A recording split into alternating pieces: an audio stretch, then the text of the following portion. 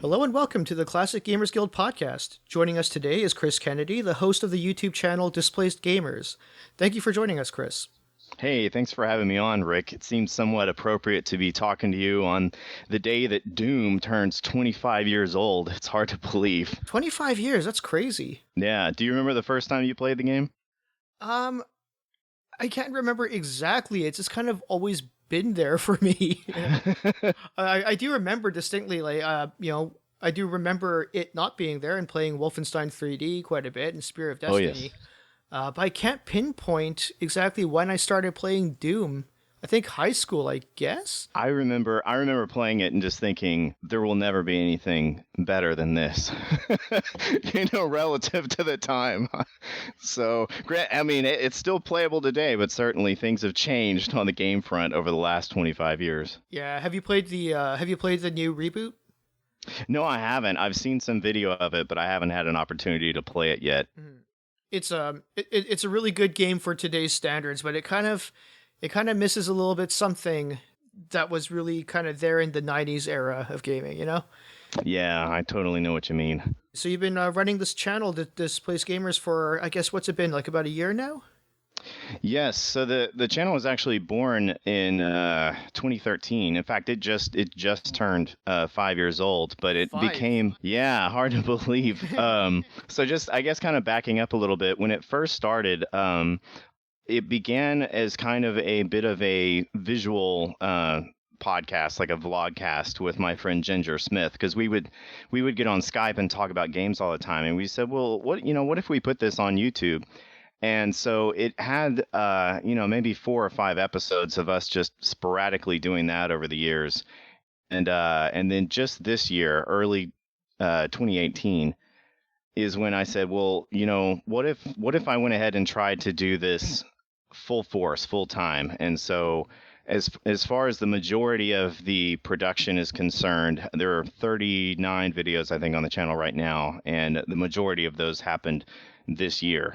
And so it's really been fun. It's hard to believe that almost a year has gone by trying to produce videos for it. And what triggered that off? Like, what made you decide to do the channel? So when I started it in 2013, it was a hobby for sure, but also part of the reason why it started was I was doing software development professionally, and I felt that I was not really getting fulfillment in what I felt that I had to offer from a sense of creativity. And so I said, man, I really wish, and I'd been programming for years, and I said, I really wish that I had a better outlet in order to be creative.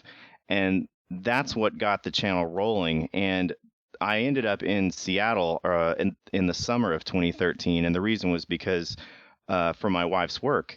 And so when I moved out here, I kept my job in Houston, and I kept programming remotely from home. And that separation from the people that I knew in the office kind of set me aside from what I was doing.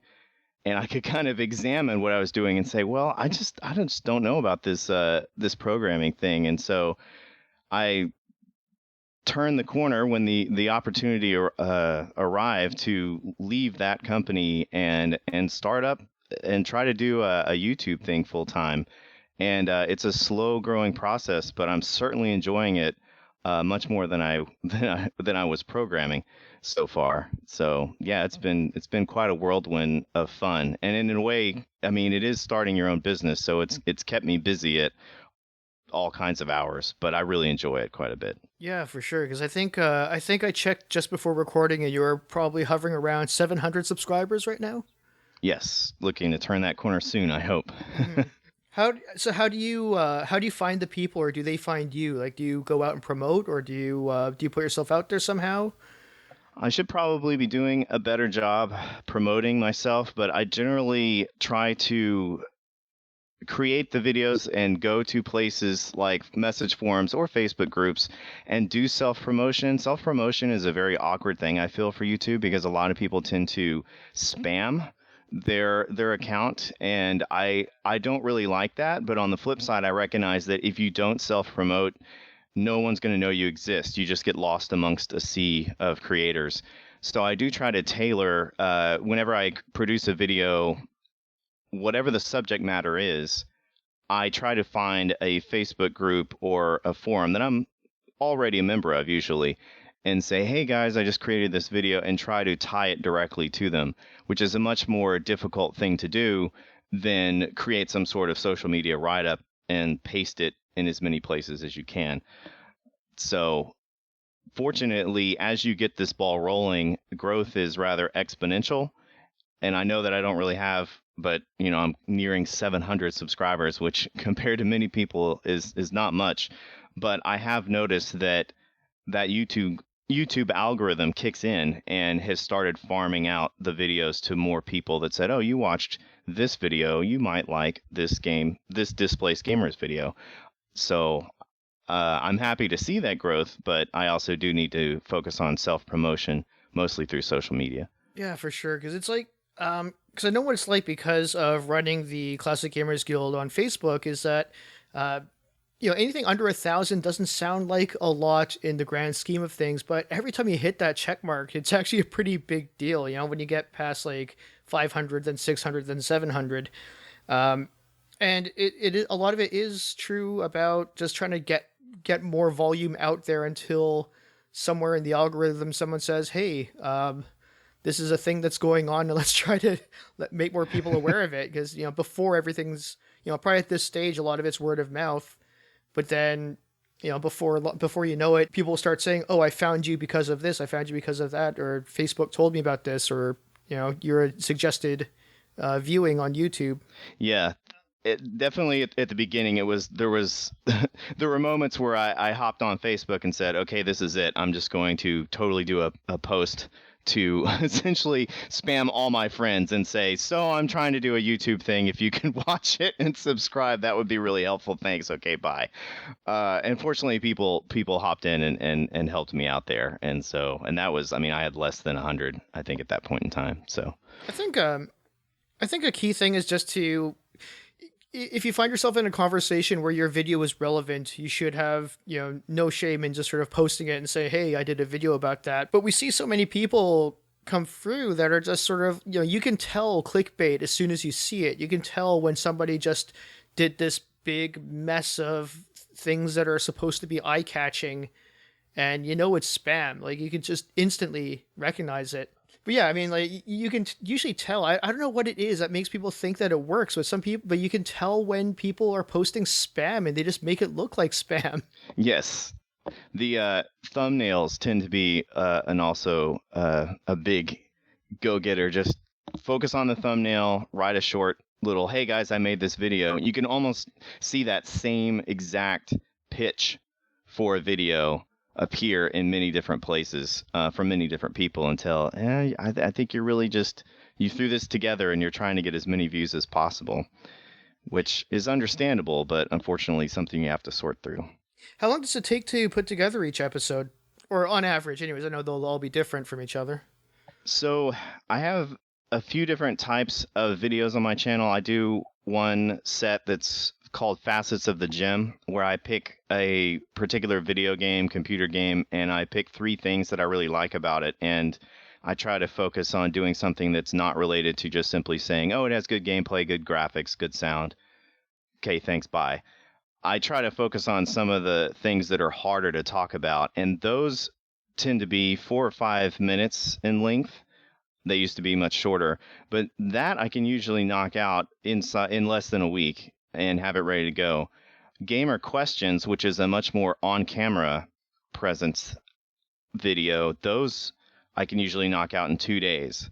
And then I have technical videos, which can take over a month to do. Right. So there's definitely a wide gamut of time that's required depending on what the focus of the video is.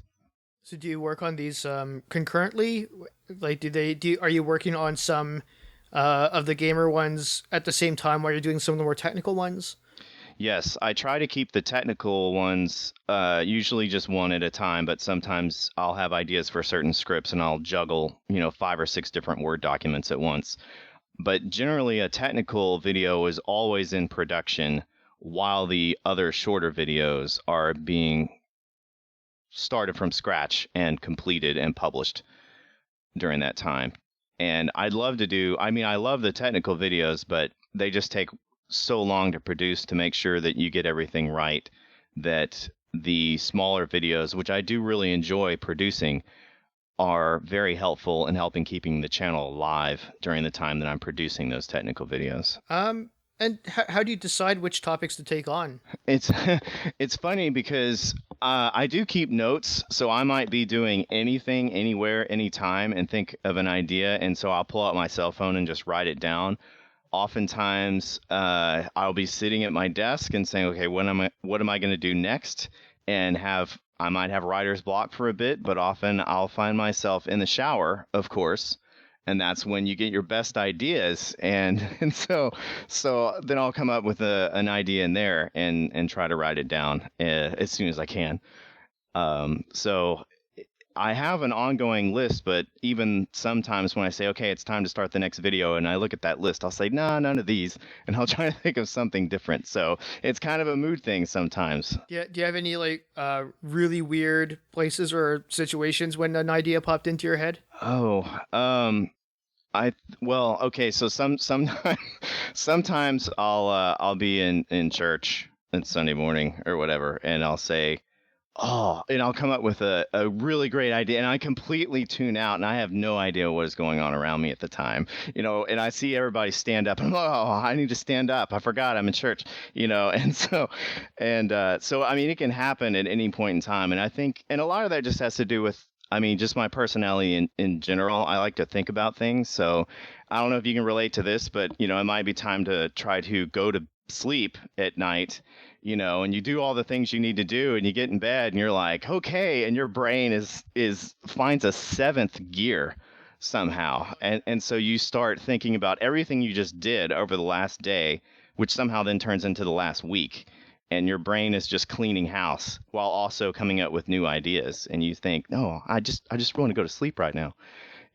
So it's managed, which might be why I end up doing a lot of work at 1 in the morning or 2 in the morning. So I mean that does happen to me, except far less productively.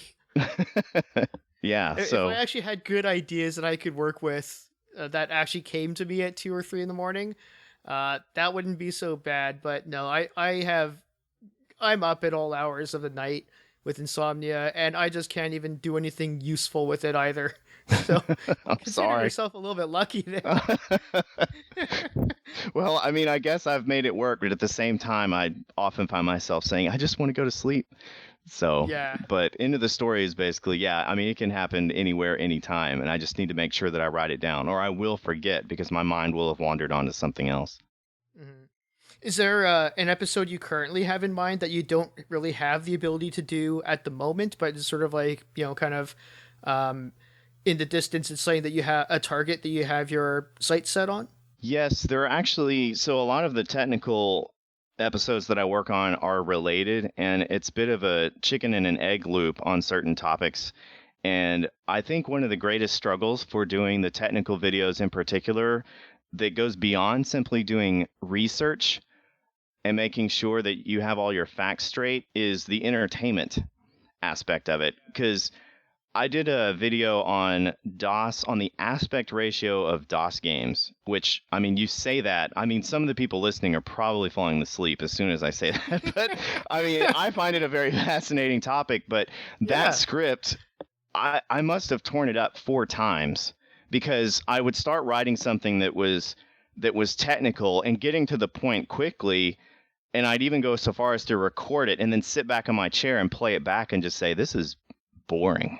Just big. And I find that that's one of the greatest struggles is to be able to take something that's technical and put forth a lot of information while also making it entertaining and not dumbing it down just to make it entertaining. It's a very fine balance. And I'm sure a lot of the people that are listening who are teachers, who are in a classroom environment, can kind of relate to that as well, because they have topics that they have to present to a class full of people, and they understand that, hey, I can't just spew whatever this textbook is saying. I have to engage people in this environment. And so I find that's also true with developing these videos, making them entertaining and trying to keep people's attention so they keep watching.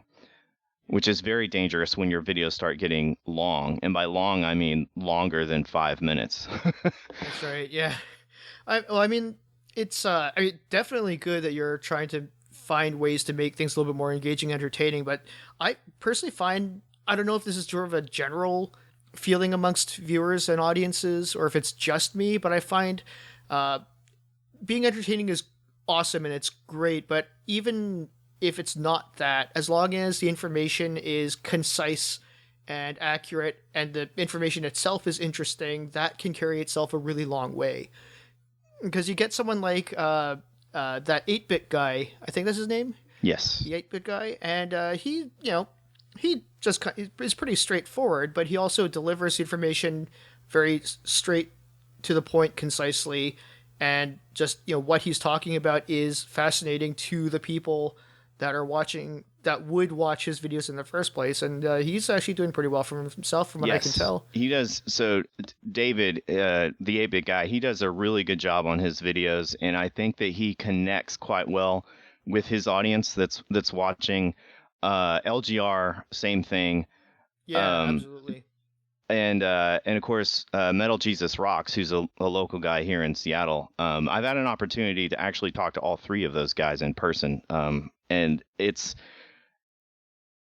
they have a really great approach to how they balance what they're trying to cover in their video with making it entertaining. And I think that's one of the greatest struggles, just as I was saying earlier, it's one of the greatest struggles to find, because any particular creator can start off and you can watch any of the videos that these guys have produced within their first several weeks or months or even first year and say, wow, this is really different than what they do now. And you can tell that they've found their own course of evolution to really hit their stride and start cranking out those videos. And so I'm still kind of in that development phase myself, but those are three really great YouTubers who I think that anybody who's starting a YouTube channel right now or is looking to grow their YouTube channel can watch and say, okay, beyond the editing, beyond the music, beyond all the technical aspects of putting this video together, what is the heart behind what each one of these creators does that makes it work? Well, what amazes me, just because I've been doing this podcast only like a handful of times now.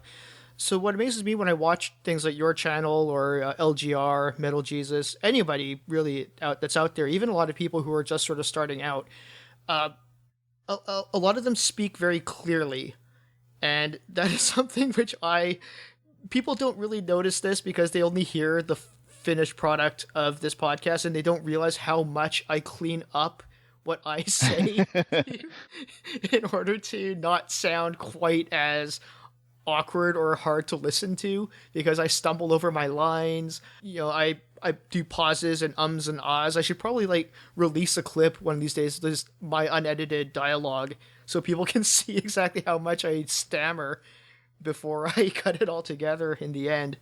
But I don't know. I think that that's one of the I'm not going to say the hardest part, but that's already just from the get-go, that's a sign which I notice when people just sort of sit. You see these people sit in front of a video camera and just start talking, and that's the first thing I notice. It's like, holy crap, these people can just talk so clearly and straightly without tripping over their own words. Right. And a lot of that has all of these previous takes behind it, like you said, that nobody ever sees. Even just sitting down in front of a microphone and reading a script, getting used to doing that, and then finding a voice that you feel is comfortable for the pace of the video that you want to do.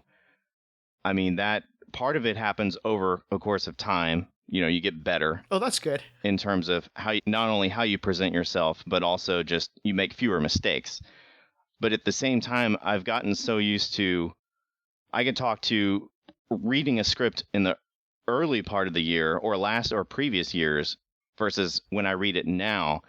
And when I would first start recording it, I would get to, the third or fourth sentence and I would mess up and I would kind of stop, take a breath and go, I'd get upset because I messed it up, and then I'd say, well, where do I need to go back and start that again? Whereas now I'll be in the middle of a paragraph and I'll mess up a sentence and I'll jump back to immediately to the spot that I want to start reading it again, and I'll start reading it again. And sometimes I'll mess up 6 times in a row, but it happens within a period of 15 seconds.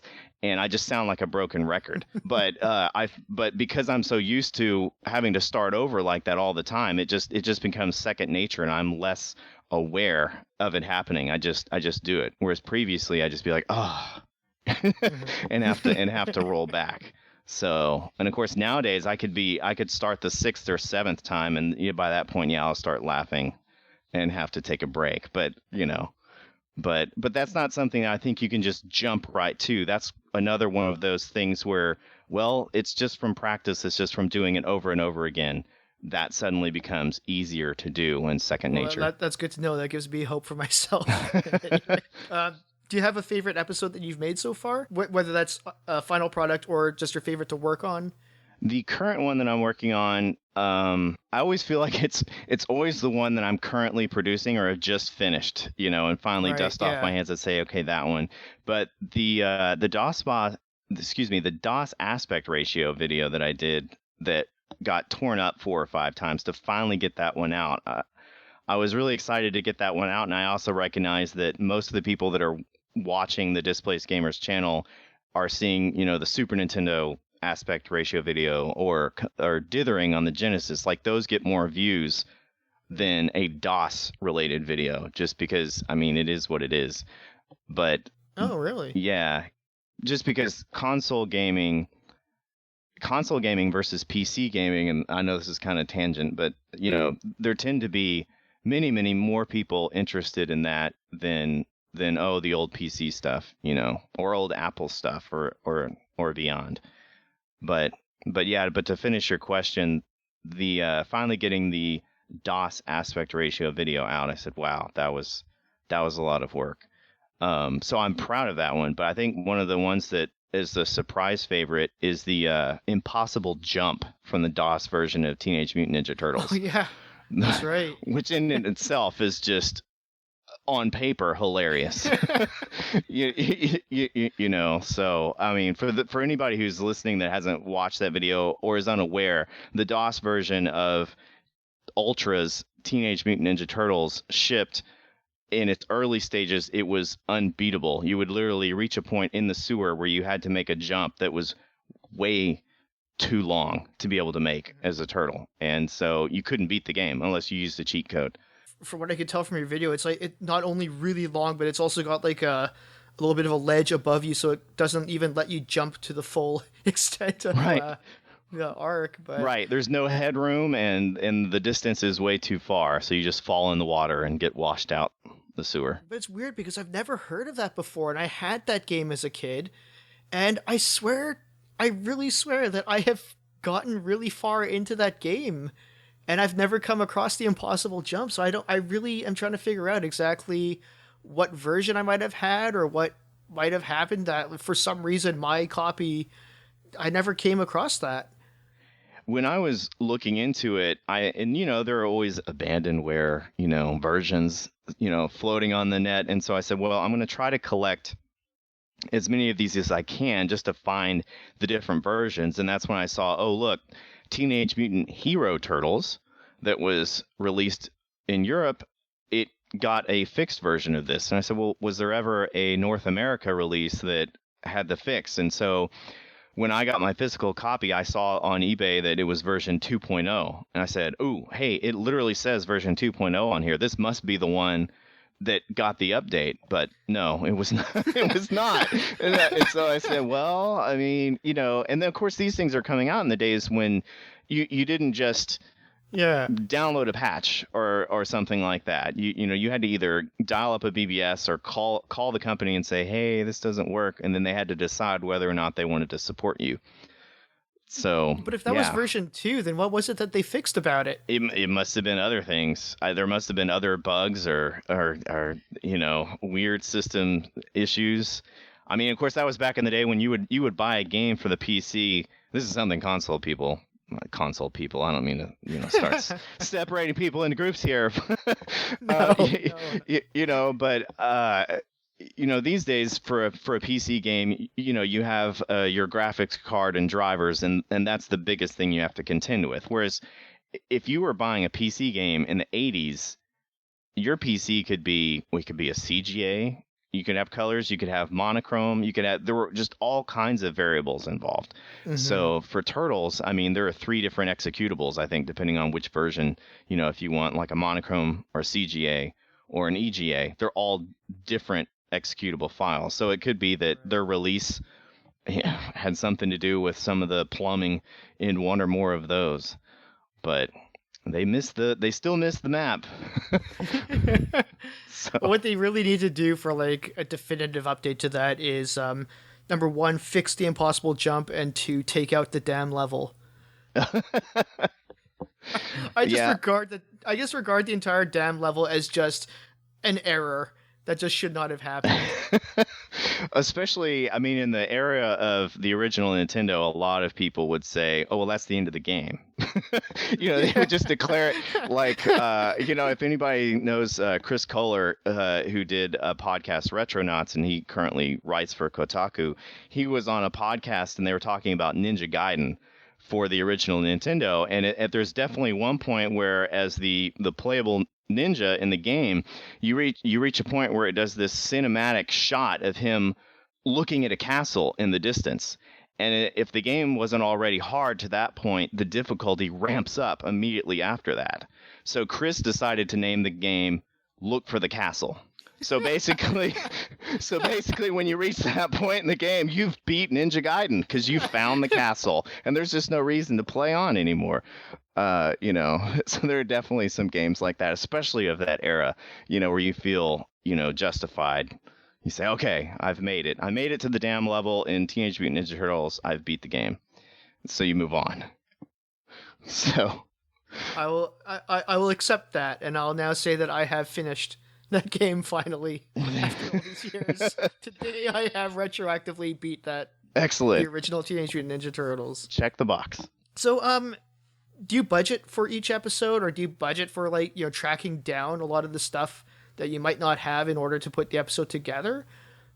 Fortunately, a lot of the items that I use in the videos I already own for the most part.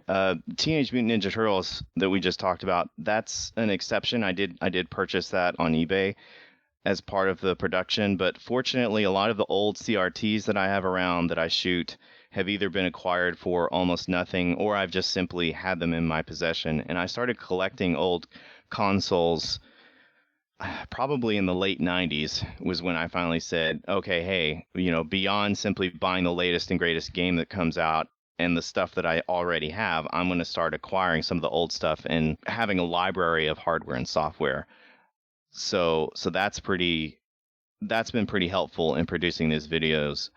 There are some things that I have had to buy, and I just kind of take that as it comes. Whenever I say, okay, hey, I'm going to need some extra hardware or software for this, if I feel that I can buy it, I will. If I feel that the budget is too high, then I'll just park that project and move on to another one, and saying, well, okay, eventually I'll be able to budget enough, should the channel continue to grow, I'll be able to budget enough to be able to make that video at a later date and pick up things in the meantime.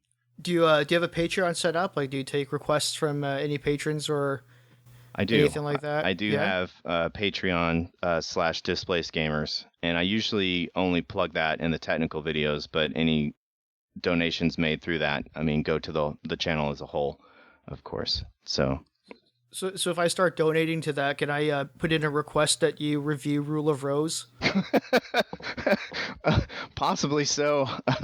The Patreon page itself is pretty sparse. It's connected to my account, but I don't have any perks. So maybe I can make that like a stretch goal, So like you can contribute toward that, and I can say, well, as one of my early Patreons, Rick has declared that I review Rule of Rose. So if I hit X amount, no, I'm just kidding. Sorry, that offer's off the table now. Now that I know it's an option, I'm going to demand a review of Clay Fighter: The Sculptor's Cut. Oh goodness. Oh, as you can go broke buying games. I'll stop now before I reach Ultima Mount Drash. Oh Um, man. how big is your collection right now? It's a decent size. I can't really put a number on it, but it definitely it spans multiple generations. I know I don't have nearly as much as some of the other YouTubers that you see. LGR's big box collection is pretty Oh, geez, impressive. that's yeah. For That example, I like mean, that like covers his entire house, doesn't it? yeah, it just seems to keep going. Of course, he gets donations for it as well. But I mean, big box game wise, I mean, I probably don't have, but maybe I don't know, like 60 or 70 somewhere in there. They they're not all here.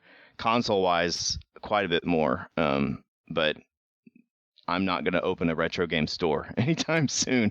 With Yeah. whatever I have. So. So as of right now, what's the next episode that you're planning to release that you're working on? So I'm currently working on a technical episode that is about 525 line analog video, Oh wow. which sounds like, well, wait, well, what is that? But it's basically, it ties together what 480i and 240p and how we came to talk about that, and it talks about an analog broadcast. I have a VHS tape that has a recording of the TV show Dallas from the 80s on it, and so I'm going to dissect that a bit and tie in how video games use the CRT, and that has definitely been one of the most challenging scripts to write from both a technical standpoint and an entertainment standpoint. So, fortunately, though, I have a lot of people that are helping me out with it in terms of being able to contribute their knowledge. Oh nice. How far are you into that one right now?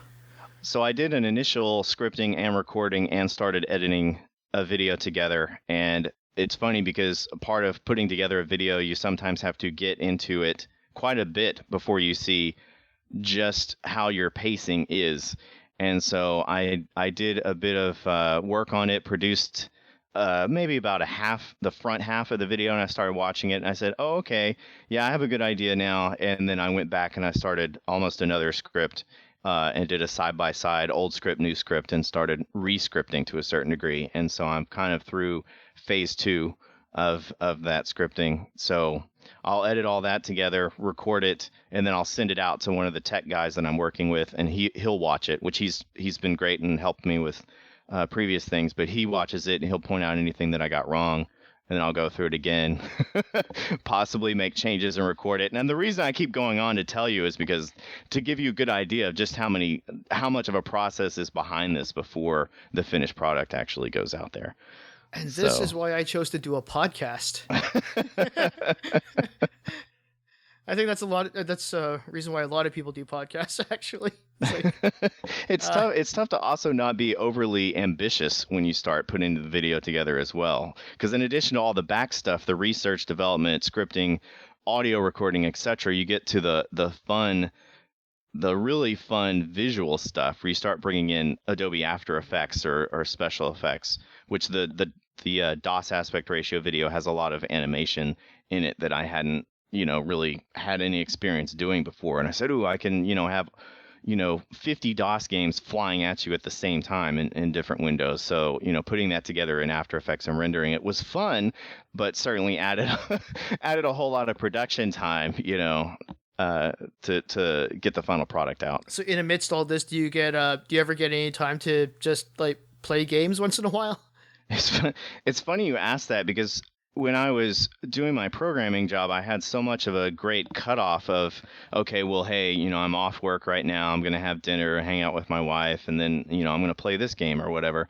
And recently I had a friend come over for Thanksgiving and stay with us. And I looked down, and some of the consoles were the same games that were in there when she visited last Thanksgiving. And that was when I realized, okay, yeah, like playing games is down a bit over the last year.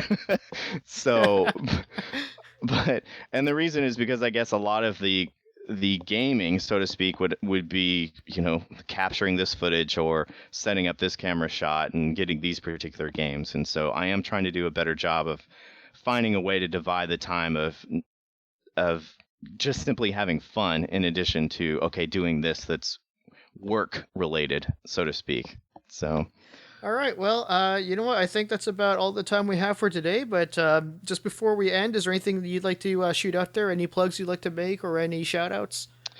yeah, if anybody would like to check out Displaced Gamers on YouTube, please feel free. It's youtube.com/Displaced Gamers. And feel free to shoot me a message on Facebook directly and be like, you need to make a video about Rule of Rose or whatever, whatever non-Rick named item you would like to see. I mean, I appreciate any feedback, and you can leave it on any of the videos as well, because I am still trying to grow the channel and be entertaining. So, and I look forward to feedback from people, and all the people in the Classic Gamers Guild are amazing people.